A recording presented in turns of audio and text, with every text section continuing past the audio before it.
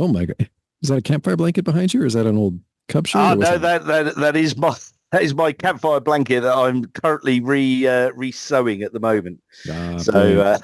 so I've got that in my room so I could do it on video calls. Nice. Yeah, no, that's awesome.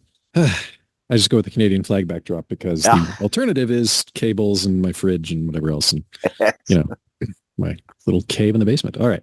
Let's do the introduction and we'll kick it right off.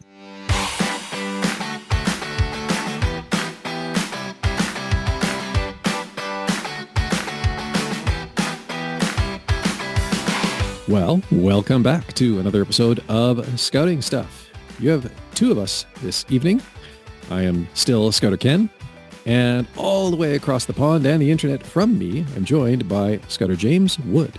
Hello, Hi sir. there. How you doing? It's been a busy week, following on from another busy week. So, and a lot of that has to do with scouting, which kind of pertains to why you're here. But before we get into that, why don't you tell us a little bit about yourself? Because our listeners, I think, know enough about me, but you're a new voice. So Yes. who are you and what do you do in scouting? So my name's James. I've been a scout leader for 20 years in the counties of Berkshire and Surrey in good old Blighty. I joined Scouts as a cub way back when in the long and distant past, and for the last, as I say, 20 years, I've been scouting as a scout leader for that section, and now group lead volunteer as well for my troop in Sunningdale. Brilliant. Brilliant. That's awesome. And the little allusion to the little aside comment I made about time is particularly relevant to why you're here because you, you reached out, oh gosh, not too long ago, maybe a week ago now, and let me know about a book you had forthcoming. My copy of which arrived just over the weekend. And I mean, the title will make any scouter laugh because whether you're in the UK or Canada or the US or, pretty much anywhere else in the English speaking world, at least, and probably even in the non-English speaking parts of the world, this probably translates into, whatever the local dialect is. It's only an hour a week. That's the title of the book. That's the promise, if you can call it that we always make to prospective volunteers. But as we all know, it's never just an hour a week. No, this weekend we had a parent and child camp with the district, and Thursday is our normal scout troop night. So Thursday from 4:30, I was loading the trailer, then taking it over to the scout camp, pitching the two marquees with volunteers as well, and then finished with running a scout troop night as well. So that was about 5.5 hours just on Thursday, and then we're now drying canvas because we had a little bit of weather. In England, I'm shocked. Yeah, that does happen. I'm trying to think, like even my own week. Well, we had the Venture Scout meeting was Monday night, so that was 2 hours. And then Beavers was last night. And I mean, that was an hour. And I'm not even counting like travel times and setup times. I got there about half an hour early just to help set up too. So tonight I've got a scout meeting. That's going to be another couple hours. And my eldest, the Venturer Scout, is also one of our Cub Scouter volunteers. So she's going to get, another hour a week. Quote. For that. Thursday, I don't think we have anything scouty. But then on the weekend, we have a day camp for the Beaver Scouts that we're running. So that's going to be an all-day kind of affair. Yeah. So, yeah, it's a little bit more than just 1 hour. But, and I think actually that was kind of I think we all kind of know that it's tongue-in-cheek, but I liked the humor and the frankness that you approached it with. And the book isn't really just, it isn't just a gripe about the fact that, we say this, but it really is nothing like that. It's sort of a blend of like there's bits of almost narrative about your own like scouting experience and history in there. And then it's almost like a nice, just like sort of cheekily humorous guidebook for new scouters, which like that, I think if I was going to describe it in one sentence, that would probably be sort of like a cheekily humorous guidebook for new scouters and for us old dogs alike.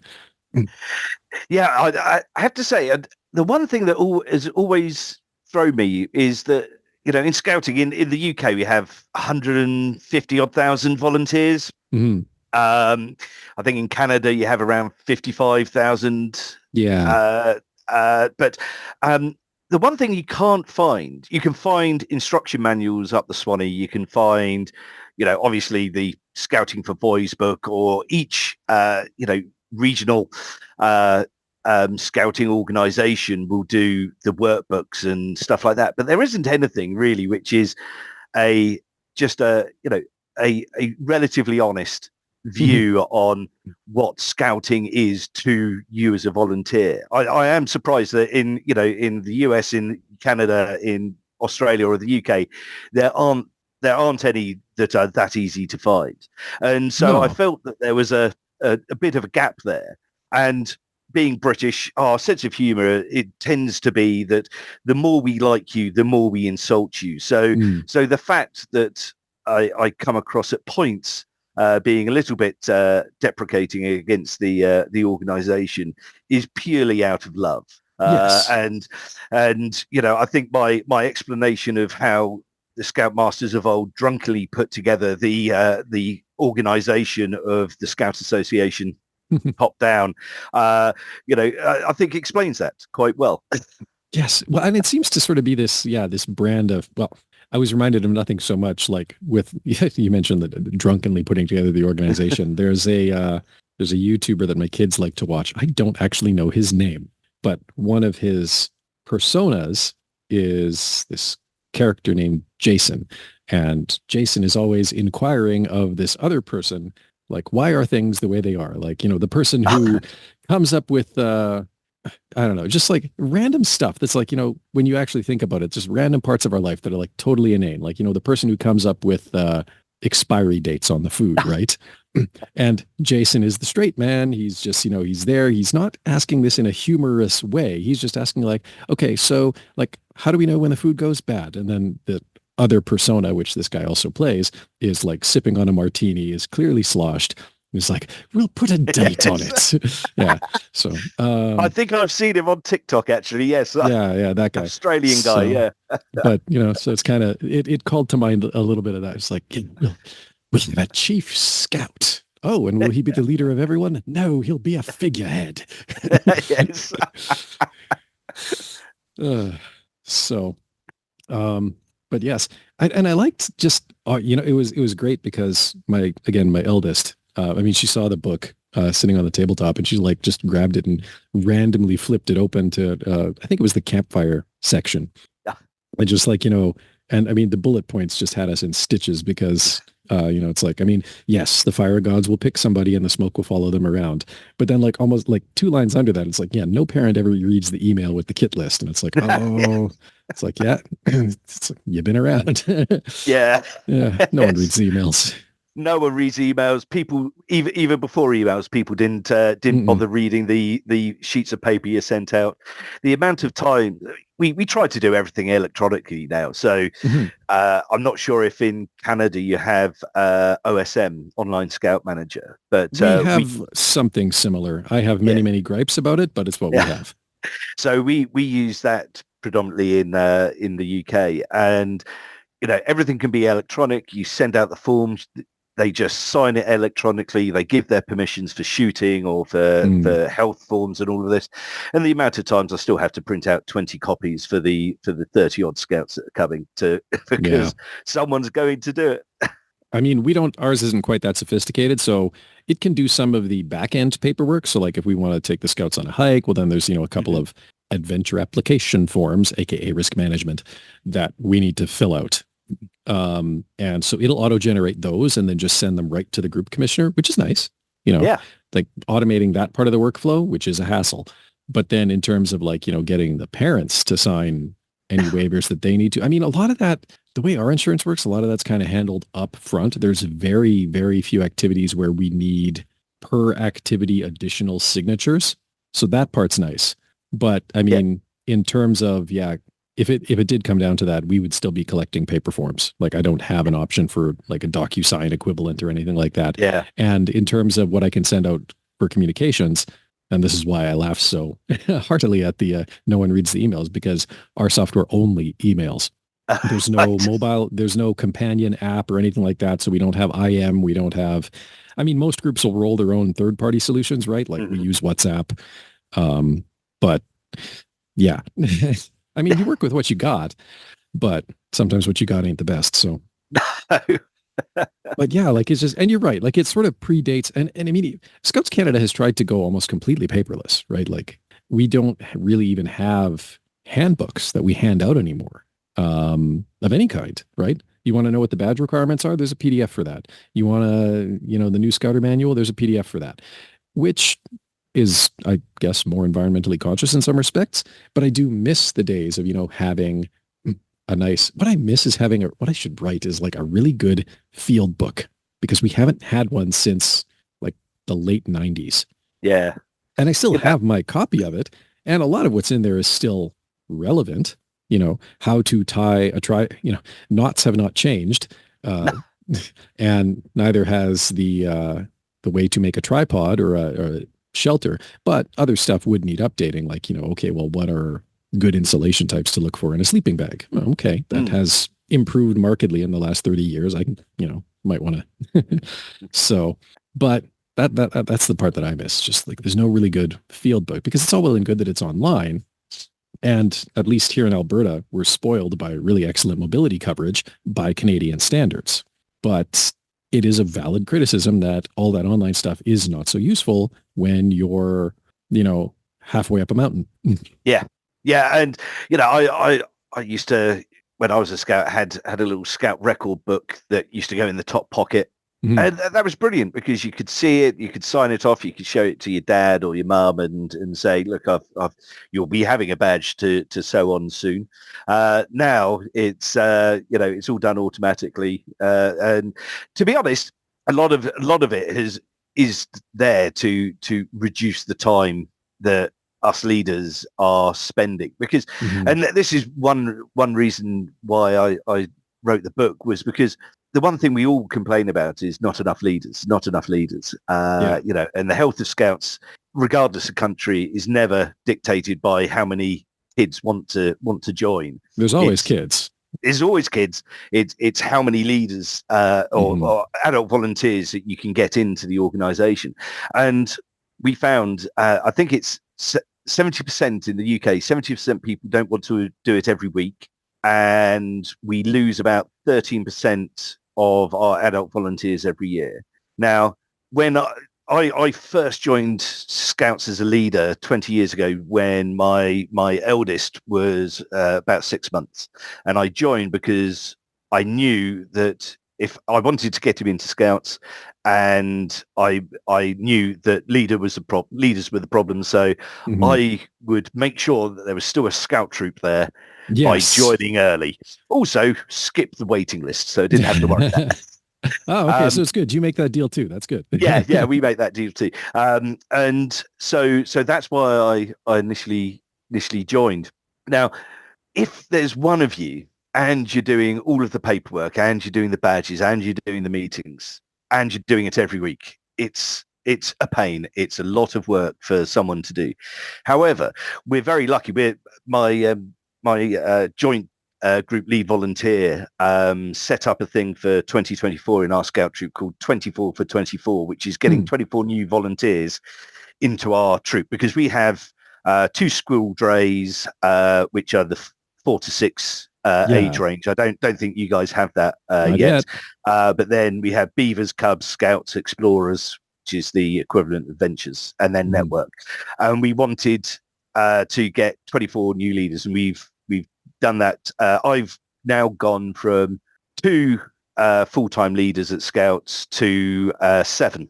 Nice. And what that means, though, is that you don't have to join every week. You don't have to be there every week. You can be there, every other week or whatever. And when I first joined Windlesham, I joined with another guy with the proviso I could only be there half the time.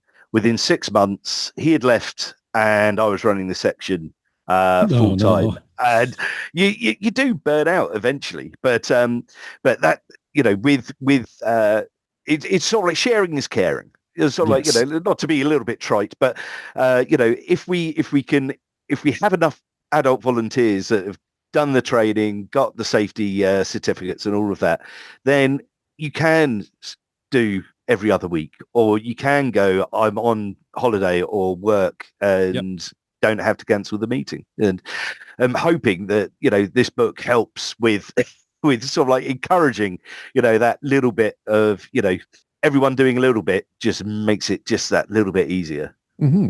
And I mean, a lot of the chapters are really organized in exactly that way, right? Like whether it's because you kind of talk about like the different sections, and it is a very UK centric book. So, obviously, um, if you're reading it outside the UK, you'll have to map it to your own program.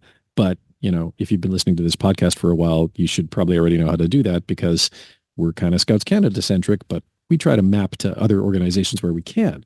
But like, so you talk about like, the sections and some of the challenges of like, running meetings. You talk about, the challenges of scheduling volunteers and making sure that volunteers have, you have sufficient volunteer coverage because obviously there's, two scouter requirements and there's ratio requirements and all of those things that have to be considered. But that carries on into some of the other chapters too, right? Like, you talk about fundraising and, how you can kind of break that up and offer some suggestions on, sort of less orthodox ways that groups can fundraise. Because at least, your NSO, mine, the Americans, like we all have some sort of national fundraiser initiatives that happen, right? Here we would have like popcorn, Apple Day, whatever. Yeah. But individual groups can, then take initiative to do all sorts of other fun stuff. I think in the book you mentioned like running a hamburger stand. There was a story I tripped over recently, also out of the UK, I believe, with like a explorer unit that had a bunch of the youth actually like get barista training, and then they had like their mobile coffee trailer that they took to events. So, and again, like, there's effort that has to be invested there, time and effort. And, in the case of like getting barista training, maybe a little bit of money too. And obviously you need like the coffee machine and everything else. But, you can then take that and turn it around. And it is very one of those things where, if you can just like piecemeal it out and everybody's just handling like a little piece of it and then it all just comes together and, oh, hey, you can make 1,500 quid at, your local, whatever event. Yeah, we did a barbecue and for the Beacon for the D-Day anniversary, and we nearly sold out, but we made about £2,000 for the scout group and the troop. So, and we're raising funds for the hut, and I know other troops do crockery smashes and things like that. That you're right that. Being able to just get some ideas of going, that's something we could do. And, my chairman hates me because I constantly come up with new ideas. So I made us buy a hog roast oven, which allows us to cook a whole pig at once. So I'm actually going to be doing that in October for our quiz night, which we again have 200 odd people and run a quiz and stuff like that. But I really want to get a candy floss machine. That'd be fun. For nothing other than being able to stick it next to the coconut shy and why not, right? Like, just sell it as well. And I think the scouts would quite like learning how to make candy floss. Yeah, I mean, have you ever seen it made? It is kind of fascinating how they whip. I guess we would call it cotton candy here, but yes, same idea. It is fascinating to watch it get made. Actually, I was at something where somebody had a cotton candy machine that they brought in and they were like selling it. It was a fundraiser. I don't remember what, but nice. It again, like fun stuff like that travels, right? Like it just kind of, so yeah. And then of course, later sections in the book, like how to run a campfire, the recipes section was nice. I'm gonna have to try a few of those. There is. I do appreciate there are a few sections which are teaching your grandmother to suck eggs, and because I wanted to write it for scouters like ourselves, mainly so you can just laugh at some of the things that I got up to and have experienced, but then also just to show new volunteers that it's something that is attainable. The one thing I find is with the new chief scouts that we've got, Dwayne Fields, Yeah. adventurer, been to the North Pole, inspiring figure. Bear Grylls before him, inspiring figure. All of those people, give us normal scouters sometimes a little bit of imposter syndrome, because I am not built for traveling to the North Pole. I am built for sitting around a fire and having steak and so it is trying to find that happy medium between going sort of like, this is what we aspire to. We're trying to get the young people to be inspired and be their best and do better. Yet also sort of like, these things are obtainable. Don't worry, these are achievable for us mere mortals. Yeah. Well, and I mean, I think, it's certainly, one thing that's been true in my own experience. And I think this also comes through in the book is that it's, you really can't expect one person to embody literally everything there is to be about scouting. You're going to need, I mean, you can have people who are multi-role capable, but you ultimately are going to need multiple people to fill all the roles that are there, because you do need people who can do the high adventure outdoor stuff. If that's where the scouts want to be in a particular week, then obviously, you need leaders who can rise to that challenge. Yep. But you also need leaders who can sit around a campfire and lead with the silly songs and, properly like run a campfire, open it, close it, and, make sure that there's a semblance of order as, you move between skits and cheers and whatever else. You need somebody who has that sort of that deep lore knowledge to actually be able to like pull those songs out of memory and teach them. Yes. My eldest was looking over the song list. She's like, I know that one. I know that one. I know that one. Ooh, don't know that one. And I'm just like taking notes. I'm like, okay, well, I have to teach that one at the next campfire. We were at a district camp with about 10 other troops last year, not last year, last summer, so about June time. And one of the scout troops had actually produced a 30-page songbook. And it was Nice. absolutely brilliant. I think I've got it here somewhere. Yeah, first Binfield. Nice. And it's got it all written down. It's absolutely brilliant. It's that sort of thing that that just makes it really. That's another reason I sort of bemoan the closing of our, because we don't have any Scouts Canada doesn't have physical offices anymore at all. So we used to have scout shops in a lot of major cities. Yeah. You could go to buy gear and program materials and whatever else. Those are all gone. You can order them online. I haven't checked the scout shop website to see if any of the old books are just over there on one of my bookshelves. But same idea, and I mean, some of them go back to if I flip them open and look inside the cover, I'm sure it's going to say 1985 or 1992, right? Like the print dates are quite a while ago now. But, there were songbooks, exactly that.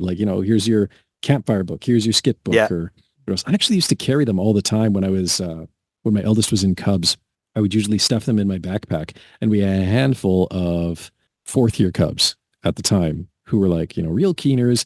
And if they finished the activity super early, there was this one girl in particular who would take any of the early finishers who, while the rest of us were still working on whatever we were doing, she would she'd round everybody up. She'd run over to my backpack. She'd grab out one of the books, and then she'd just sit them down, and they'd pick some random song, and they'd try and figure out how to, or a skit and figure out how to do it. And then of course, if you ever do a campfire ceremony, they're just ooh, we have one. Yeah. But brilliant. Yeah. So it's nice to have those materials on hand because, well, A, it gives the youth an opportunity to show initiative like that. But then B, also, a lot of this is essentially, in the realm of scouting lore, and you need to communicate that somehow. Yes. It's all well and good if it's up here, but at some point this won't be part of the scout group anymore. And now what, right? So, you need to communicate it, write it down, pass it on. Yeah, it is the traditions that make it. And, I like scouts because it's a good excuse to play around with knives, ropes, and fires, and Absolutely. with the added benefit of doing all three at weekends without looking like a sociopath. But I like my fires. I like camping. And knots and lashings as well. That's Yes. what I really enjoy. Matthew, one of my other leaders, he likes cycling and hiking. He loves orienteering. He knows how to do that, and it's brilliant. So he does that sort of thing. I do the camping, but because we have those two different interests, that the people we can focus on it, and we can impart the tradition. Me trying to teach kids, young people, how to read maps is pretty horrific. And I'm we're not in the remote wilderness of Canada by any stretch of the imagination. In the UK, the furthest away you can be from the sea is 70 miles, and Right. that's a short hop and a skip for you guys over there. My definition of remote is being 30 minutes away from a decent kebab van and a coffee shop. Mm. But being able to explain the nuances of map reading using your compass and all of that. That's what and do orienteering. That's what Matthew is brilliant at. And it is those sort of things that you get the people that are the enthusiastic amateurs to focus on what they love, and it should by osmosis get through to the young people.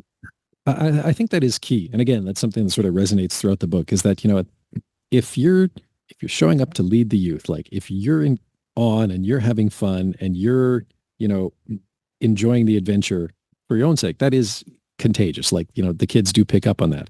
And the more enthusiasm you have for a particular thing, whether it is the orienteering or the campfire traditions or the knots and whatever else, again, the youth, they kind of do just pick up on all of that and they will dive right in after it. And I mean, that's not to say that, everybody is going to, have all the same passions as their scouters all the time.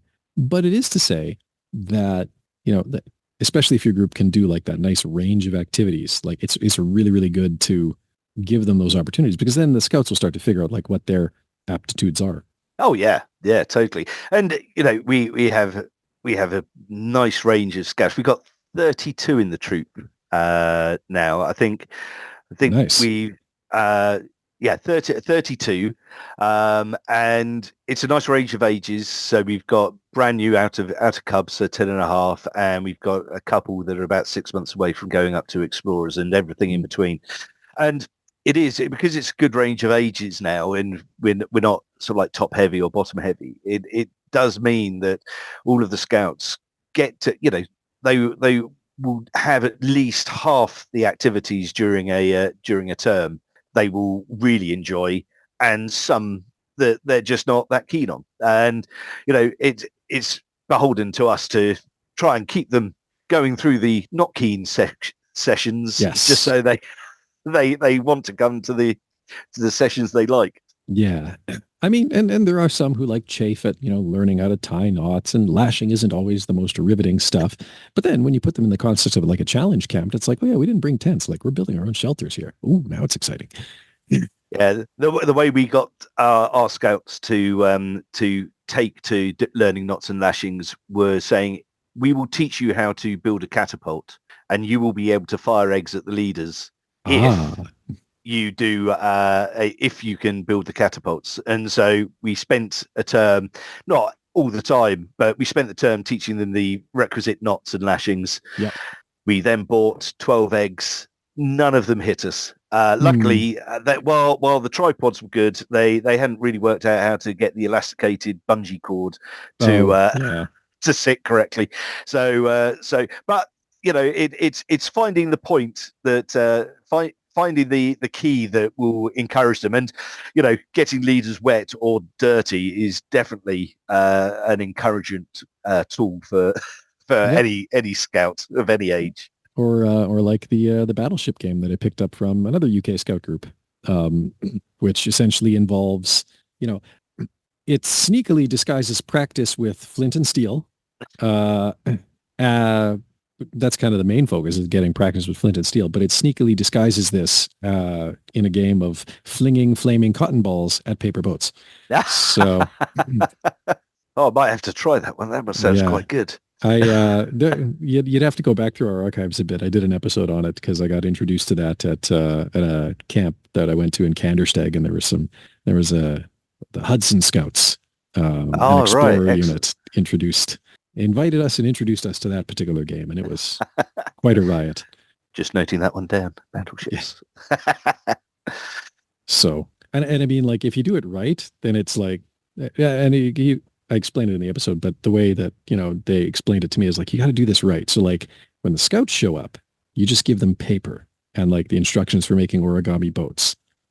And you make them think that this is going to be like the most boring meeting in the world. Meanwhile, you send half your leaders outside to quickly build like the area where the boats can go in and the fireballs can be flung. And then you march everybody outside and, here's your flint, here's your steel, here's your cotton balls, set your boats up, and like each team gets a different color of boat, right? So Right. and Yeah. whoever has the most boats standing at the end wins. Oh, brilliant. So it was uproariously good fun. But again, like it's taking something, because like doing a strike start on a fire, like that's not an easy skill to master. No. But No. once you've gone through 50 cotton balls, it's a little bit easier. Yes. Becomes muscle memory at that point, surely. Yeah. So, it's an important practice, but it's disguised as an uproarious amount of good fun. I think tricking everyone into learning by having fun and games is one of the key reasons why the movement has been around for over 100 odd years. Yep. And I mean, we talk a lot about wanting to equip the youth for the future with, leadership and confidence and sort of a sense of resilience, right? All of which kind of falls under that preparedness. Well, what are you supposed to be prepared for? Well, any old thing. So, can you be prepared for when things don't go as expected, or when you're faced with, whatever challenges, or when you have to suddenly, take charge of something that you weren't expecting to have to take charge of? Yeah. Because the last 3 people all left. Right. And I think what's nice about your book is that it's also kind of the impression I get again in reading it is it's trying to instill some of that same confidence in, not just the youth, but the adults that are reading it as well. It's like, here's the shot of confidence in yourself that you, as the prospective or current scouter, probably need in order to continue standing up in front of a room full of strange kids every week, or every couple of weeks, as the case may be. Yeah, because I am a naturally outgoing, loud and gregarious person, and it's all there as show to hide crippling anxiety, insecurities, and imposter syndrome. But you shout loud enough and you say it with enough confidence, and people will nearly believe anything that you say. Now, I will quite happily stand in front of a group of kids, try and teach them how to light a fire with one match. When that all goes horrifically wrong, get out the blowtorch and just show them how real scouters do it, which is, if at first you don't succeed, just get out the blowtorch and that will solve most of your problems. Yeah, just blow it up. but the new leaders that we've got in, and we've got a guy from Cornwall, we've got a French lady, we've got 2 guys from South Africa. We've got an international leadership team now, but they're all Nice. dads, or dads and mums, but because they're new to scouting, it's the fact of either they don't want to tread on toes, or they're not sure, whether they tend to ask for permission. Right. Rather than go, I'm going to do this, I'm going to organize that, and we'll just get on with it. And it's sort of like, James, do you think this is something that we would do? So we can but try and fail. Yeah, let's find out. It's I think again, it comes down to that I think I mentioned it somewhere, that there is this, because the hierarchy is changing in the UK. We're going from sort of like, scout leader and then assistant scout leader and sectional Mhm. assistant. We're going to sort of like team lead, so a scout team lead, and then team members. So everyone's a team member. There has to be someone that you know does some of the paperwork and admin. Mhm. But by flattening it and removing the leader bit from it and sectional assistant and stuff, the idea is that it becomes less hierarchical, and it means that actually, we're all one big team. So, if you want to go and do that, and I'll make sure, we've got the right risk assessments, or make sure that you do the right risk assessments. But, let's get on and Yeah. do it. And hopefully that will start to come through. Yeah, I think it does. And I think it really does come down. It's funny because I look at, sort of the last 10, 11 years I've had with my scout group. And like, I think about some of the people that, and we have that sort of flattened hierarchy. We've had it for quite a while. The scouters are all essentially peers. And then Oh yeah. there's usually like one designated contact scouter, right? That's the person who's on all the emails and who receives all the emails. And in as much as there's paperwork to be submitted, it's usually them. But again, a lot of that gets automated away, which is nice. Mm-hmm. But it's just funny, when I look around like the list of scouters that we have, and a lot of them are people that I would have recruited, like, when I was first running Beaver Scout meetings and then later Cub Scout meetings. And I mean, even like some of our, even some of our like council level membership, like our council youth commissioner is this one girl who just happened to join when she was in Cubs, and the program just really stuck with her. And now she's, Yeah. like one of the top 3 people in our scouting council. Weird to think about, but there it is. Our former group commissioner, now a Scouts Canada employee, like he's another guy that, brought on board. And some of them, some of them come to us with a lot of scouting experience, some with not so much. But yeah, you just try to, for those of us who do have the scouting experience, we try to be as infectious as possible Yeah. to, just communicate the joy of it. And sometimes it really does pick up and take off. And people are just like, oh my gosh, like I can just pick up and run with this, and it's great. And you like to see that. Yeah. I don't know what the stats are for Canada, I'm afraid, but in the UK, the average tenure for an adult volunteer is about 7 to 9 years, which sort of, and bearing in mind squirrels have only been about for since 2021, so yes, so they don't really come into the equation, but because it's 7 to 9, that's basically from beavers to the end of scouts. Yep. Ish. And that shows that a lot of people join with beavers and follow their young person all the way through, and then leave.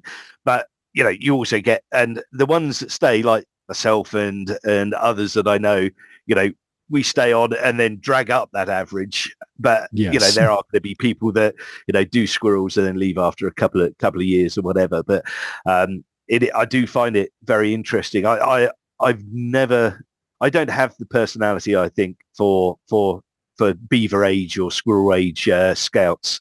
I am definitely a scout, and yeah, the people that can travel through the scouting movement and actually look after all of those ages, I am immensely impressed with.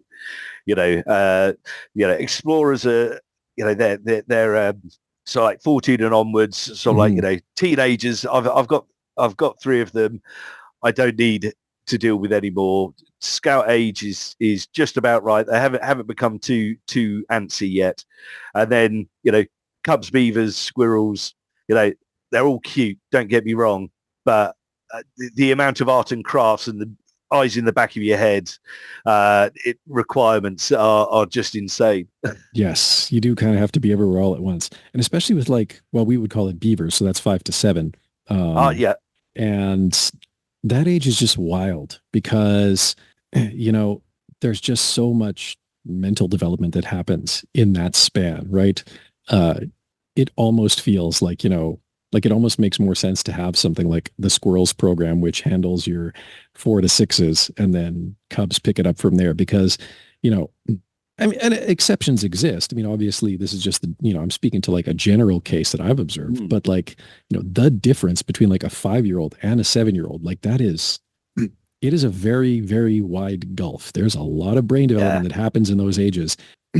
And so, yeah, on the one end of Beaver Scouts, you have, these kids who are um, just, maybe just past the point of figuring out that like other people exist, right? Like they're sort of barely starting to form cognizance of the fact that there's like other living creatures apart from themselves, other minds apart from their own. And then on the other hand, you have like, the 7-year-olds who are already in like second grade and, they can pick up and organize their own games and friend groups, and they can, in some cases, even like sort of take charge and lead simple activities and stuff like that. So it's like, oh, it is a challenge. I've been doing beavers for quite a while now, and it is always, always, always a challenge. But each of the sections presents its own challenges. You're navigating different obstacles, but beavers, I've yeah, always been struck by just the profound change across those three ages. Whew. Yeah. yeah. That was one of the reasons why we lost ventures in sort of like early 2000s was Mm. because Scouts was 10 and a half to sort of like 15, 16. That was such an age gap Yes. that and to be honest, as a leader or as a scout, I found it great, and as a leader, you sort of find it great because the older patrol leaders and senior patrol leaders can discipline the younger ones, Yes, they can and run the you show a don't bit. get your hands dirty. Whereas now 10 and a half to 14, you don't not everyone is that mature. Mm. But it makes sense for having that age range because a 10-and-a-half-year-old's needs and ability to be able to self-learn and to be able to engage in activities is completely different to a 15-year-old's. And so Oh, absolutely. when we made that split in, I think it was around 2002, the explorers 14 to 18, that is still quite a wide gap. And I know my eldest has just come out of explorers, or last year came out of explorers, and after he was saying when the younger ones were coming in, he was going, oh, they're so immature. He's only 3 years older than them, for crying out Hmm. loud. But and it's different. It's yeah, definitely yeah. different. It was nice to see him having a similar conversation to what I had about him all those times. Yeah, yeah. And I mean, I don't know if the UK has something similar to this, but we overhauled our youth scouter program a while ago. So like 14 and up, you can actually be trained as essentially a full scouter. And the rules around that are that as long as there's two adult scouters attached to the section, so let's use Cubs as an example, right? As long as there are two adult Cub scouters, we can have any number of youth scouters also listed as scouters with the section. And when they are there in capacity as a scouter, they count towards the scouter side of the ratio, not the youth side as the ratio. So you can have like a youth scouter and an adult, and that's your two scouters for a room full of up to 16 kids. Yeah, we have the young leader program for explorers, and they have a set of awards that they can get as part of that, and they will help out in sort of beavers, squirrels, beavers, and cubs.